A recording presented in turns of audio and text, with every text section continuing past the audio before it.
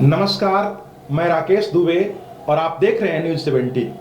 मेरे साथ दो वरिष्ठ पत्रकार अभी मेरे साथ मौजूद हैं। एक प्रेम सर हैं।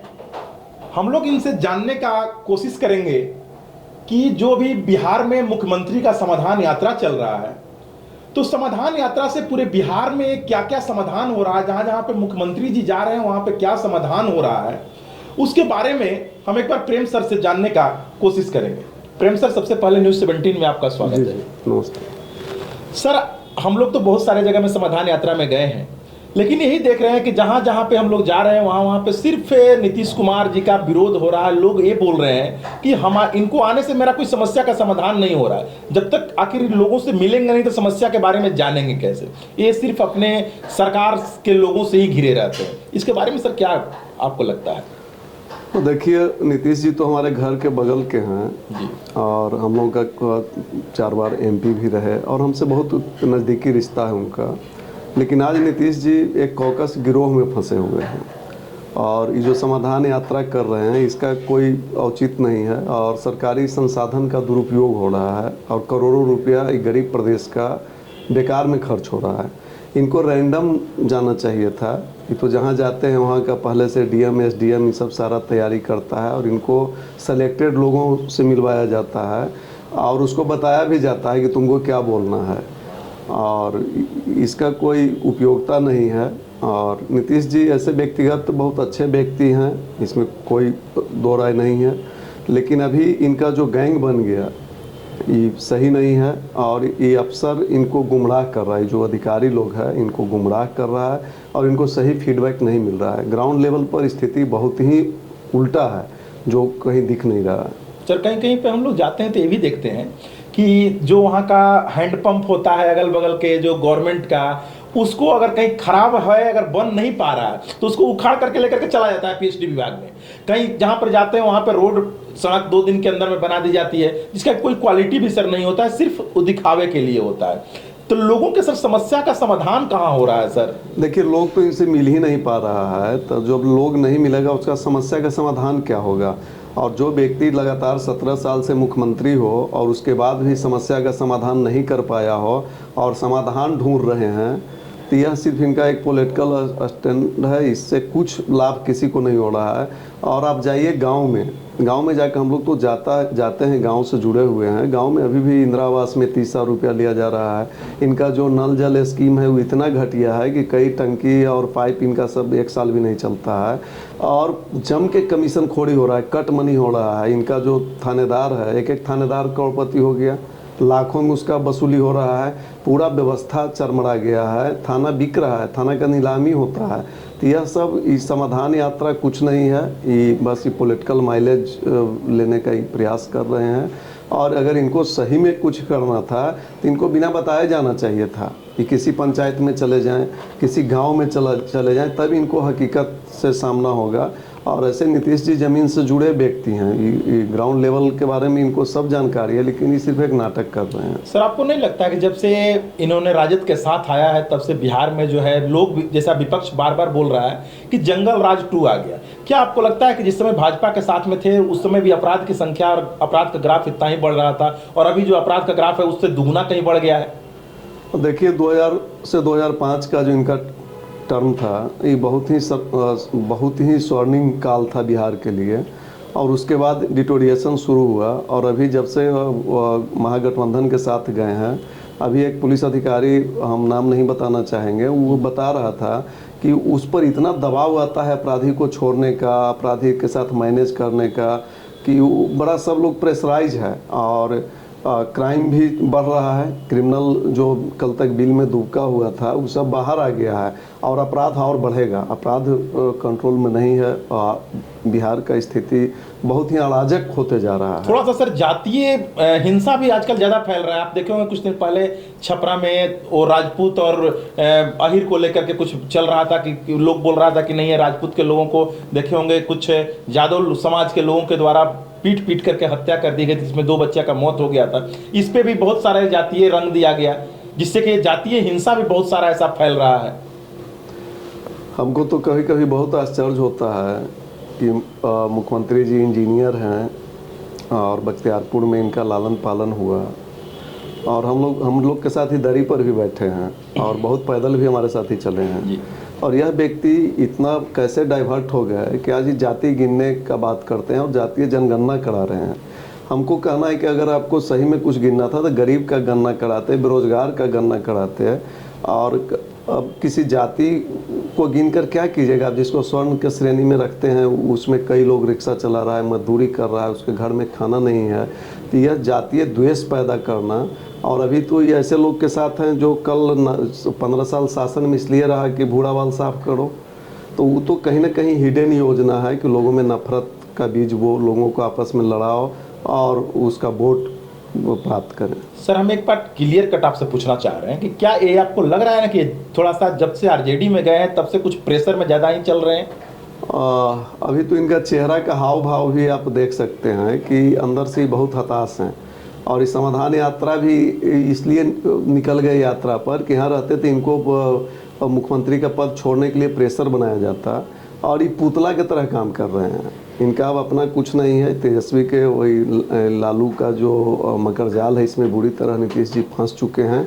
और इनके साथ अब हो रहा है कि माया मिली न राम। ये तो आए थे कि प्रधानमंत्री का हम उम्मीदवार होंगे, लोग हमको हाथों हाथ लेगा, लेकिन अभी आपने देखा कि केसी राव वहाँ किया तेलंगाना में सम्मेलन, उसमें इनको इन्वाइट तक नहीं किया, और ये अब हाशिए पर हैं।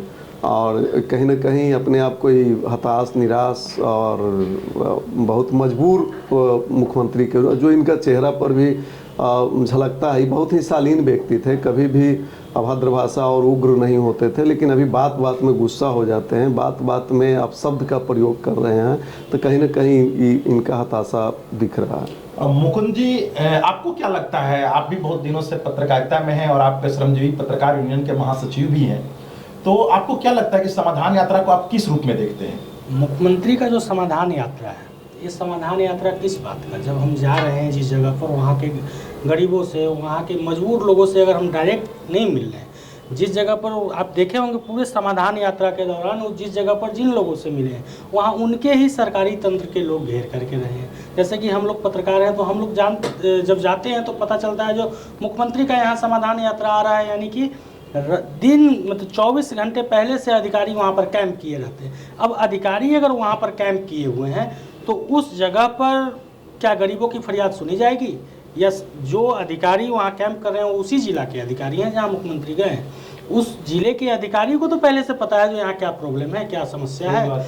कई बार मुख्यमंत्री के जाने के बाद जब हम लोग बातचीत करना शुरू करते हैं तो वहाँ के लोगों का एक ही कहना है, जो मुख्यमंत्री आए और चले गए उससे हमको कोई फ़ायदा नहीं हुआ। सिर्फ एक ही फ़ायदा हुआ कि हमारे यहाँ जो जर्जर रोडें थी वो बन गई, स्कूल कॉलेज अगर थे, स्कूल था तो उसका थोड़ा सा रंगाई पुताई पेंटिंग हो गया, बाकी विकास का काम तो कहीं से कुछ नहीं दिख रहा है। विकास का अगर रहता तो ये 17 साल सरकार चलाए हैं, 17 सालों में इनको समाधान यात्रा करने की जरूरत नहीं पड़ती। वहाँ के अधिकारी ही बता देते जो भाई यहाँ ये समस्या है, इसे है।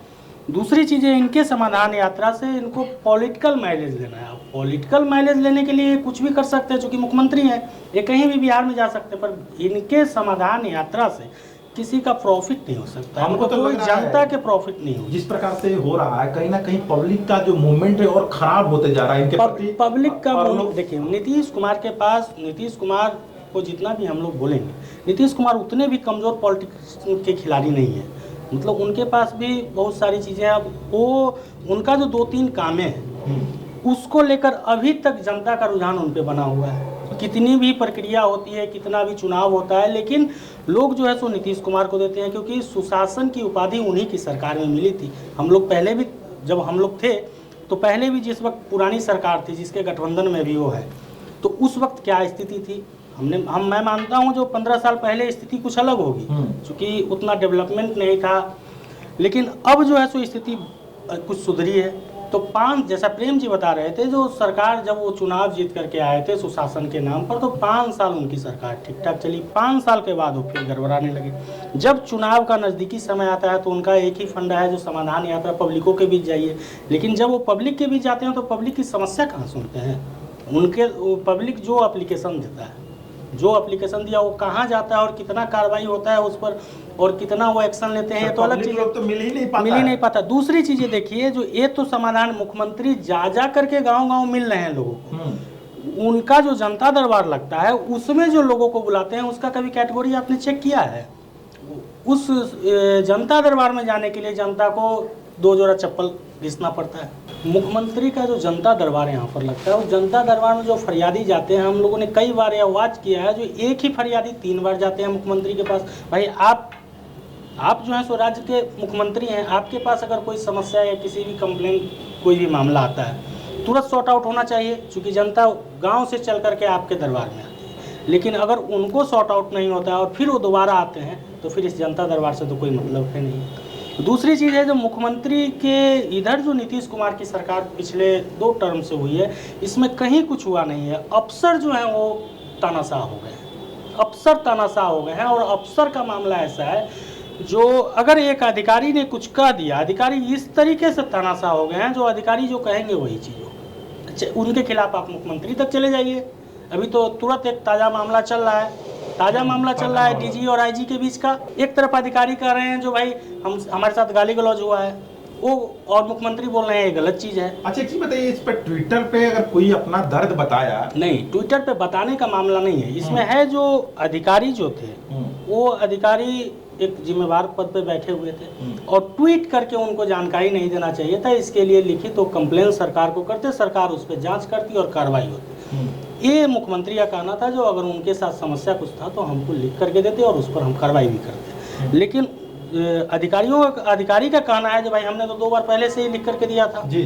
तो उस पर आपने क्या कार्रवाई किया? दरअसल मामला ऐसा है, जो नीतीश कुमार के पास अब मुद्दा देखने के लिए समय ही नहीं बचा है। जो निचले स्तर पर क्या हो रहा है उसको देखने के लिए ना उनके पास। अच्छा, आप भी आजकल पत्रकार हैं, देखते होंगे जब कोई भी बात जब हम लोग उनसे पूछते हैं चिड़चिड़ा जाते हैं। तो चिड़चिड़ा जाते हैं और एक ही चीज पूछते हैं कि आपको तो ये बात का मालूम ही है कि हम लोग कितना काम कर रहे हैं। तो ये फ्रस्ट्रेट हो चुके हैं ना।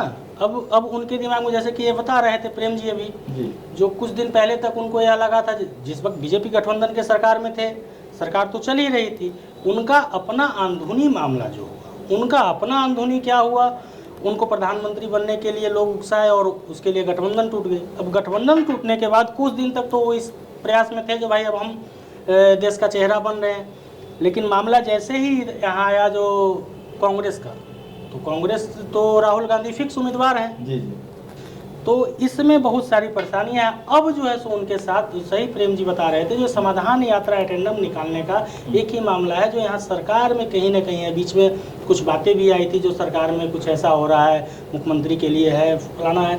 तो इस चीज़ों को लेकर के मुख्यमंत्री अपने समाधान यात्रा पर चले गए। अब समाधान यात्रा पर जाएँ या राजगीर, वो बार बार जाते हैं, दोनों तो मामला एक ही है। सर, एक चीज हम लोग बार बार देखते हैं कि जब जब इनका कोई यात्रा निकलता है तब तब कहीं ना कहीं पार्टी चेंज हो जाती है और जो मतलब कहीं ना कहीं जाकर के जुड़ जाते हैं। क्या आपको लगता है सर कि आपको भी बहुत सारा अनुभव होगा कि फिर इस बार समाधान यात्रा के बाद कहीं फिर तो नहीं बीजेपी के साथ में जुड़ने का कुछ इनका मनसा है? नीतीश जी को तो हम बहुत करीब से जानते हैं। जी। और इनका अंतरात्मा धीरे धीरे फिर जाग रहा है। अच्छा। और हो सकता है कि होली या होली के बाद ये फिर से बीजेपी में शामिल, नया गठबंधन बिहार में बने। और इसका असर भी दिख रहा है कि अपने यहाँ राज्यपाल को बदला गया। जी। अमित शाह जी से इनकी बातचीत हो रही है। और भाजपा का भी जो तेवर था कल तक इन पर आरोप प्रत्यारोप का, इधर भाजपा के भी जो नेता हैं आरोप प्रत्यारोप इन पर नहीं कर रहे हैं। इससे लग रहा है कि अंदर अंदर कुछ खिचड़ी पक रहा है और एक बार और नीतीश जी पलटी मारने का काम करेंगे और निश्चित रूप से इनका नाम गिनीज बुक में दर्ज होगा कि कौन ऐसा दुनिया का मुख्यमंत्री था जो अपने जीवन काल में इतना बार मुख्यमंत्री बना और बार बार पलटी मारते रहे।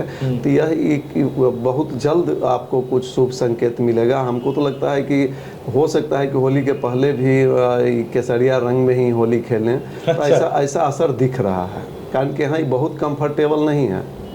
यहाँ भी इनको अभी उपेंद्र कुशवाहा जी का प्रकरण, इधर कई लोग का रोज कुछ न कुछ मामला आ रहा है और यहाँ ज़्यादा अपने आप को तनाव में देख रहे हैं। अच्छा, आप देखे होंगे कुछ दिन पहले जो इन्हीं के यहाँ का मंत्री, जो कृषि मंत्री थे सुधाकर सिंह, इन्हीं के खिलाफ बगावत खोल दिए कि नहीं जो है हम जो है इनके जो कृषि विभाग है इसमें सारा चोर बैठा हुआ है और हम चोरों का सरदार हैं। उन्हीं के मंत्री के द्वारा बोला गया था। तो क्या आपको लगता है कि जिस समय इन लोग को राजद के साथ आने के बाद में भ्रष्टाचार और थोड़ा ज़्यादा बढ़ गया है? और देखिए सुधाकर सिंह तो बहुत सच जी। बोले और वो तो शेर हैं, उनका तो हम तारीफ करते हैं कि सच बोलने का उनमें मद्दा है कि अपने आप में बहुत बड़ी बात है। और निश्चित रूप से सारे विभाग में करप्शन है, कोई भी ऐसा डिपार्टमेंट नहीं है बिहार में जिसमें लूट नहीं हो रहा है।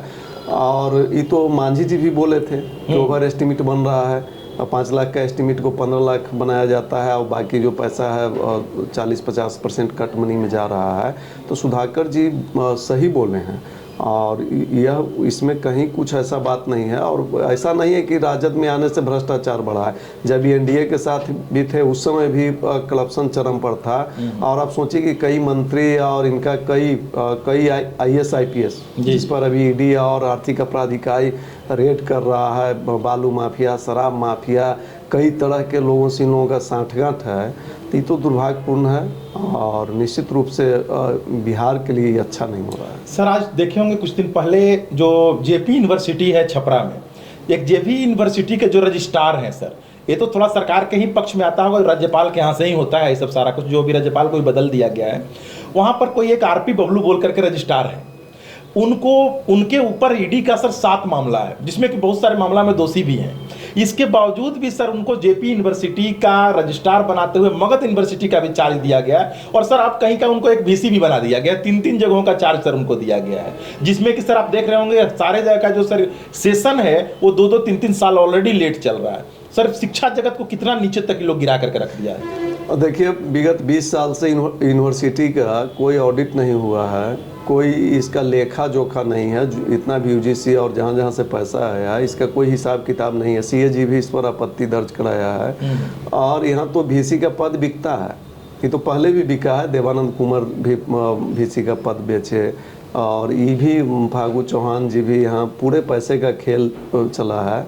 और कई अयोग्य लोग और जो सीनियर को नहीं बना के जूनियर लोगों को भी VC बनाया गया है। और आपने देखा होगा कि पिछले जो मगध विश्वविद्यालय के VC थे उन पर अभी मुकदमा चल रहा है ईडी और आर्थिक अपराध में, और वो फरार घोषित हैं, भागे हुए हैं। तो यह शिक्षा जगत को तो एकदम बर्बाद कर दिया गया है। बिहार में कोई माहौल नहीं है शिक्षा का और बच्चों को घूस दिया जा रहा है। जो अब साइकिल, पोशाक और ये सब खिचड़ी, यहाँ ये सब घूस है और इस सब में बड़े पैमाने पर भ्रष्टाचार है। पढ़ाई छोड़ के शैक्षणिक संस्थान में सब कुछ मिल रहा है, सिर्फ पढ़ाई नहीं हो रहा है। मेरा ऐसा मानना है जो ये स्कूल का जो बच्चा का जो जड़ होता है यही सरकार कमजोर कर दी है। बच्चा का जहाँ से नींव शुरू होता है, अब जैसे देखिए जो स्थिति ऐसी सरकार के स्कूल की हो गई, जो सरकार के स्कूल बच्चा जब स्कूल जाता है तो नाश्ता का प्लेट लेकर के जाता है। अब पढ़ाई के अलावा जो है सो उनको खाने पर ध्यान है। भाई पहले जब बच्चे थे तो किस तरीके से पढ़ाई होती थी, ये जब से मुख्यमंत्री की सरकार बनी है, मुख्यमंत्री 2005 से जब से बिहार में सरकार बनी है, 5 साल ठीक था, उसके बाद से शिक्षा व्यवस्था इनके सिस्टम में चौपट हो। सर इस प्रकार का स्कूल का हालत हो गया है। आप देखे होंगे अभी कुछ दिन पहले हाईकोर्ट ने संज्ञान लिया और कि आप स्कूल में शौचालय बनाइए। सर आप बताइए कि स्कूल में शौचालय बनाने के लिए हाईकोर्ट को संज्ञान लेना पड़ रहा है। देखिए नीतीश जी अपने लेवल से बहुत सही कर रहे हैं, सही इस मायने में कर रहे हैं कि चाणक्य लिखे हैं कि लंबा समय तक राज करना है तो जनता को मूर्ख बनाओ। और बड़ा भाई चरवाहा विद्यालय खोला और ये तो छोटा भाई इंजीनियर है, ज़्यादा दिमाग है, तो इस शिक्षा को एकदम ध्वस्त कर दिए।